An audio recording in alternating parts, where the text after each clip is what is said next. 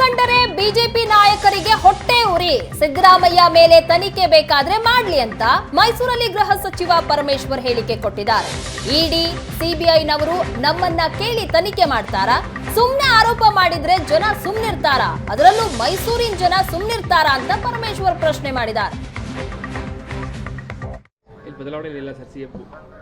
ಯಾರು ಹೇಳಿದ್ದು?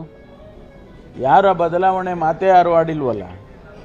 ಯಾರು ನಮ್ಗೆ ಆಗದವರು ಈಗ ಭಾರತೀಯ ಜನತಾ ಪಾರ್ಟಿಯವರು ನಮ್ಮ ಮೇಲೆ ಗೂಬೆ ಕೂರಿಸೋಂಥ ಕೆಲಸ ಮಾಡ್ಕೊಂಡೇ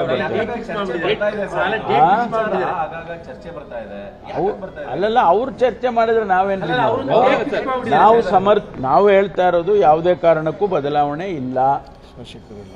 ಅವರು ನಮ್ಮ ಪಾರ್ಟಿಯಲ್ಲಿ ಯಾರು ಹೇಳಿಲ್ಲ ಹಂಗಂತ. ಯಾರು ಹೇಳಿದ್ದಾರೆ ಹೇಳಿ ನೋಡೋಣ. ಬಿಜೆಪಿಯವರು ಬಿಜೆಪಿಯವರು ಮಾಡ್ಕೊಳ್ಳಿ. ಬಿಜೆಪಿಯವರು ವಿರೋಧ ಪಕ್ಷದವರು ಅವ್ರು ಅದನ್ನೇ ಹೇಳೋದು. ಇಲ್ಲ ನಾವು ಚೆನ್ನಾಗಿ ಕೆಲಸ ಮಾಡ್ತೀವಿ ಅಂತ ಹೇಳ್ತಾರಲ್ಲ, ಮಾಡ್ಲಿ. ಅವ್ರು ನೋಡೋಣ, ಆ ಡೇಟ್ ನೋಡೋಣ ಬಿಡಿ. ಸಿದ್ದರಾಮಯ್ಯನವರು ಸಚಿವ ಜಮೀರ್ ಅಹಮದ್ ಕರಿಯಾ ಎಂಬ ಜಮೀರ್ ಹೇಳಿಕೆಯನ್ನ ಖಂಡಿಸಿ ಗೃಹ ಸಚಿವ ಪರಮೇಶ್ವರ್ ಮಾತನಾಡಿದ್ದಾರೆ. ಸಚಿವ ಜಮೀರ್ ವಿರುದ್ಧ ಶಿಸ್ತು ಕ್ರಮ ಅಂತ ಪರಮೇಶ್ವರ್ ಹೇಳಿದ್ದಾರೆ. ಜಮೀರ್ ಹೇಳಿಕೆ ಪಕ್ಷಕ್ಕೆ ಹಾನಿ ಅಂತ ಡಿಕೆ ಶಿವಕುಮಾರ್ ಸಹ ಹೇಳಿದ್ದಾರೆ. ಪಕ್ಷಕ್ಕೆ ಹಾನಿಯಾಗುವ ಹೇಳಿಕೆ ನೀಡಿದ್ರೆ ನೋಟಿಸ್ ನೀಡಲಾಗುತ್ತೆ, ಅಗತ್ಯವಿದ್ದರೆ ಸಸ್ಪೆಂಡ್ ಕೂಡ ಮಾಡ್ತಾ ಇದ್ವಿ ಅಂತ ಹೇಳಿದ್ದಾರೆ.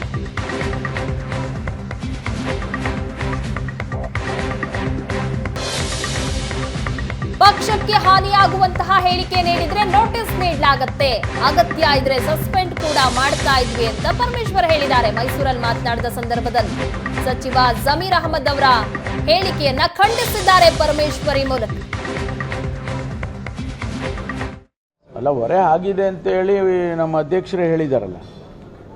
ನಮ್ಮ ಪ್ರದೇಶ ಕಾಂಗ್ರೆಸ್ ಸಮಿತಿ ಅಧ್ಯಕ್ಷರು ಚುನಾವಣೆ ಆದಮೇಲೆ ಆ ಚುನಾವಣೆಯಲ್ಲಿ ಅವರ ಹೇಳಿಕೆ ಸ್ವಲ್ಪ ನಮಗೆ ತೊಂದರೆ ಆಯಿತು ಅದರಿಂದ ಅಂತಲೂ ಕೂಡ ಅಧ್ಯಕ್ಷರೇ ಹೇಳಿದ್ದಾರೆ. ಅದಕ್ಕೆ ಒಂದು ನಮ್ಮಲ್ಲಿ ಡಿಸಿಪ್ಲಿನರಿ ಕಮಿಟಿ ಅಂತ ಇದೆ. ನಮ್ಮ ಇವರು ರೆಹಮಾನ್ ಖಾನ್ ಸಾಹೇಬರು ಅವರೇ ಅಧ್ಯಕ್ಷರಿದ್ದಾರೆ. ಅವರು ಒಂದು ವೇಳೆ ಅಧ್ಯಕ್ಷರು ಅದನ್ನು ಅವರಿಗೆ ರೆಫರ್ ಮಾಡಿದರೆ ಅವರು ಜಮೀರ್ ಅಹಮದ್ ಅವ್ರನ್ನ ಕರೆದು ಕೇಳ್ತಾರೆ, ಯಾಕಪ್ಪ ಹಿಂಗೆಲ್ಲ ಹೇಳಿದೀಯ ನೀನು ಅದಕ್ಕೆ ಅಂತೇಳಿ. ಮತ್ತು ಅದು ತುಂಬ ಸೀರಿಯಸ್ ಇದ್ದರೆ ಅವ್ರ ಮೇಲೆ ಏನು ಕ್ರಮ ತೊಗೋಬೇಕು ಅದು ರೆಕಮೆಂಡ್ ಮಾಡ್ತಾರೆ. ನ್ಯಾಷನಲ್ ಲೆವೆಲ್ನಲ್ಲಿ AICCನಲ್ಲಿ AK ಆಂಟೋನಿ ಅವರು ಅಧ್ಯಕ್ಷರಿದ್ದರು, ನಾನು ಅದರಲ್ಲಿ ಸದಸ್ಯ ಇದ್ದೆ. ನಾವು MLAಗಳಿರಲಿ, ಮಿನಿಸ್ಟ್ರುಗಳಿರಲಿ ಅಥವಾ AICC ಫಂಕ್ಷನರೀಸ್ ಇರಲಿ, ಅವರಿಗೆ ನೋಟಿಸ್ ಕೊಟ್ಟು ಕರೆಸ್ತಾ ಇದ್ದು. ಅವ್ರಿಗೆ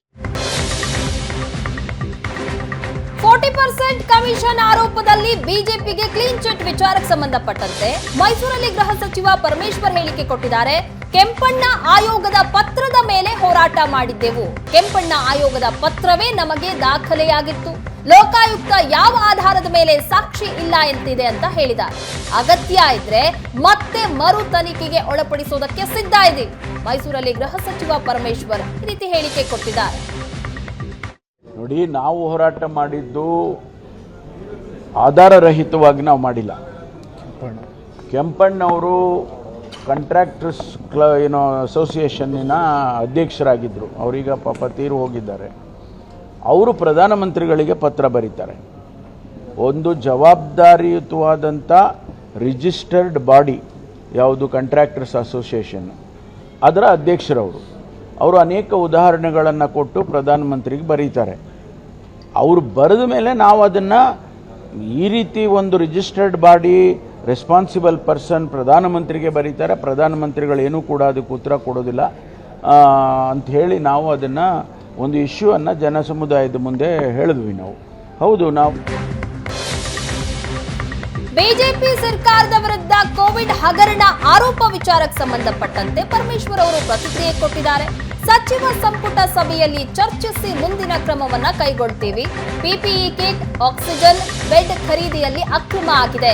ನ್ಯಾಯಮೂರ್ತಿ ಕುನ್ಹಾ ಅವರು ಪ್ರತ್ಯೇಕವಾಗಿ ತನಿಖೆ ಮಾಡಿದ್ದಾರೆ.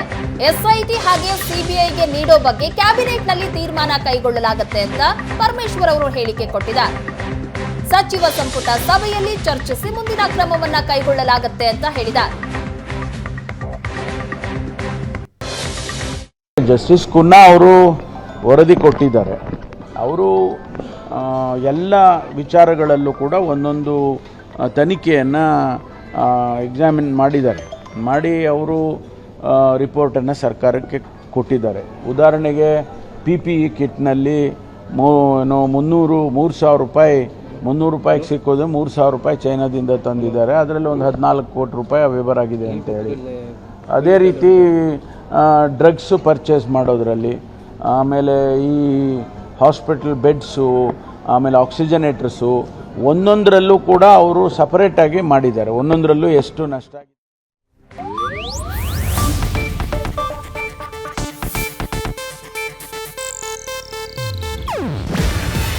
ಇದು ಏಷ್ಯಾನೆಟ್ ನ್ಯೂಸ್ ನೆಟ್ವರ್ಕ್ ಪ್ರಸ್ತುತಿ. ನೀವು ನೋಡ್ತಿದ್ದೀರಾ ಏಷ್ಯಾನೆಟ್ ಸುವರ್ಣ ನ್ಯೂಸ್.